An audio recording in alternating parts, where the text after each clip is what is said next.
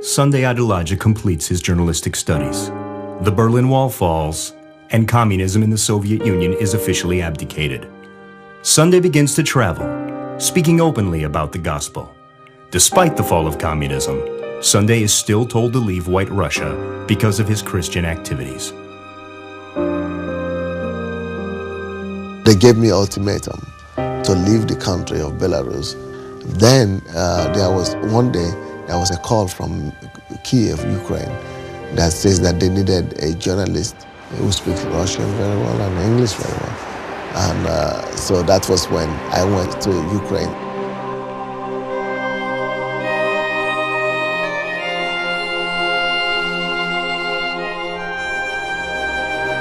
We are in Kiev, the capital city of Ukraine, which is the new independent country. It used to be part of the former Soviet Union. It used to be in the communist system. And now freedom has come from communism after the system collapsed and the Iron Curtain came down in 1990. So Ukraine has been an independent country. And right now, the country is trying to pick up and go to a market economy and also to build democracy.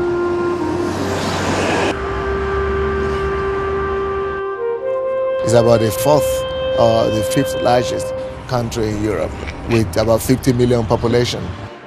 So it's a country to look up to.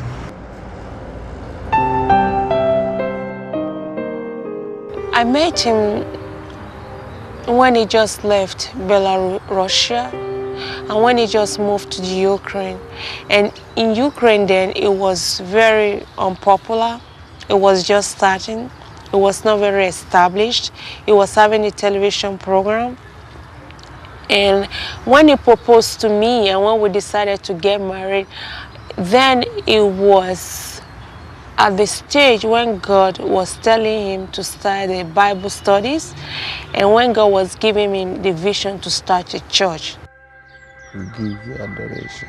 I started to feel that God was telling me that the main reason He brought me to Belarus, from Belarus to Ukraine, was not just to be a journalist, and that the greatest need of the Soviet people at that stage was not in journalists or in journalism, but it was mainly in bringing the good news to them. I didn't want to marry a pastor, you know. I didn't want to marry a pastor. I just don't know why. I wanted to marry a businessman. I didn't want to be a minister myself, and I didn't want to marry a pastor. I want to have a normal home, you know. I don't want to have a religious home. I don't want to have close dealings with church. I told him blankly that I was not interested in a pastor, you know. I wanted a good life. I wanted a normal life. I wanted a normal husband, you know. I didn't want a religious husband. The lies that his lips have spoken, and your blood will clean him. So I began to pray, and I decided to fast and pray intensively for some time. And it lasted for 3 months because I was asking many questions from God. I really wanted to be sure that He was the one asking me this time to begin this church. I was praying all night one day. I could hear His voice clearly. That He said I should start a church, and He wants to start a church through me that will become a mega church. And at that stage, that was ridiculous in the former Soviet Union because the biggest church in my city that time was 700 people.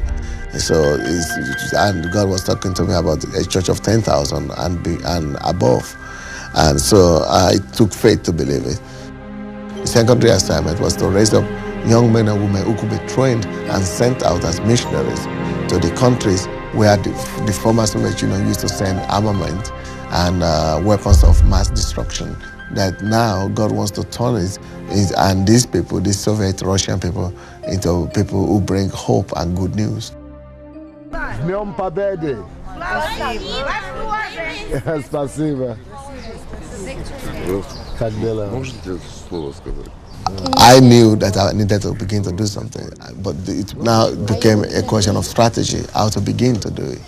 So I was a television producer and reporter. So I made an announcement over the television that anybody that wanted us to study the Bible should come. And so I gave the address of my house. So we had 7 people showed up. Natasha was one of the first people to arrive at Sunday's house. She was an alcoholic. I was breathless. I was listening, all ears. He was saying many things, you know. He was speaking not a good Russian at that time, but anyway, I was just, you know, just sitting there and I was watching him, how he was running, how he was telling something. I didn't understand a thing, but already I felt some joy inside. So they began to bring their friends and all that. Then in 1994, February, we proclaimed the church started. The people that showed up the first time really discouraged me. When the people began to come, they were ordinary people, they were simple people, or people mainly of drugs and of alcoholic past. So they were former alcoholics, and they were looking very wretched and very old and very dejected and very, very simple. People who couldn't change anything in the society. So I got very disappointed.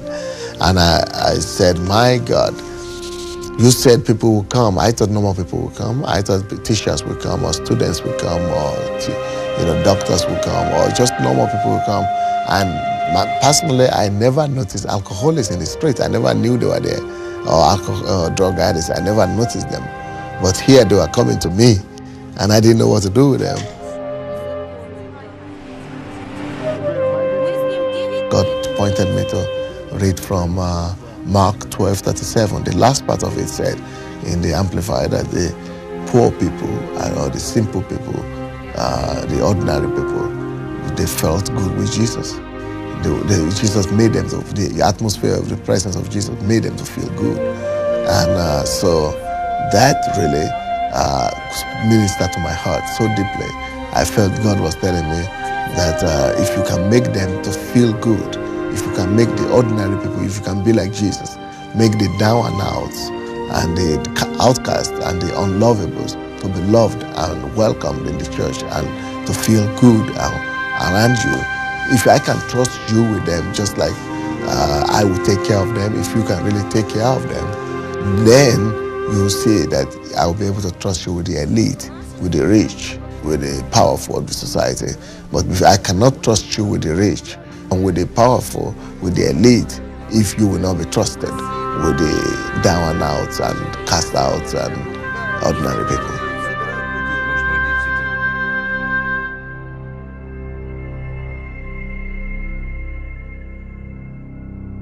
Pastor Albert means now.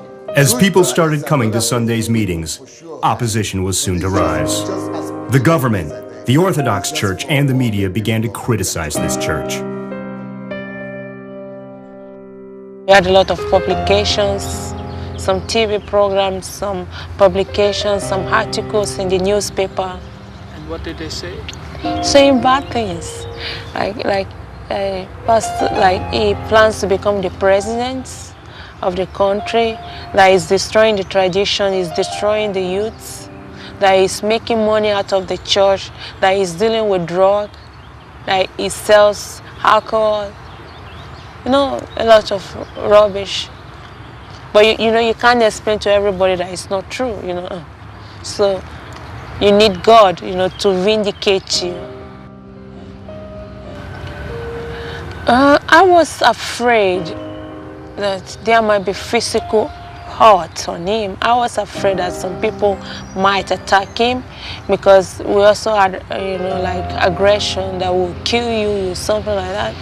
And no matter what, all the same, he is my husband, and I was a bit concerned. So I was afraid of physical harm. I was afraid that one day I will receive the news. I will hear the news that he's dead, or something bad has happened to him. So I was very concerned about that. They say all kind of things and write all kind of negative articles in newspapers and saying that this is a cult, these people hypnotize and our people and they destroy our youth, and they have come to occupy our country, and they are agents of CIA and all those kind of things. When I see him pouring his heart, when I see him working hard, helping people, and then I see the other side of people, you know, like throwing stones at him. I mean, literally, not literally, and I see people not appreciating him, you know, it hurts, you know. So that time I told him, I think we should leave this country. I told him. I understand that Ukraine is more developed than Nigeria, my country, but at least, you know, in Nigeria, at least, we accepted, you know. We look like every other person. So maybe nobody paid that much attention to us. So, because, you know, these personality factors, it matters a lot. Everybody wants to be loved, and everybody wants to be respected, and everybody wants to be appreciated for the little things he does.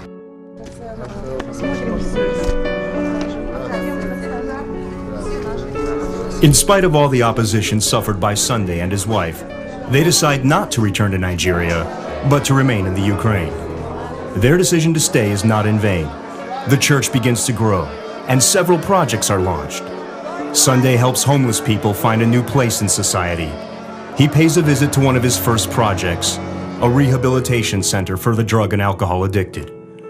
Dimanche is one of the young men admitted to the rehabilitation center.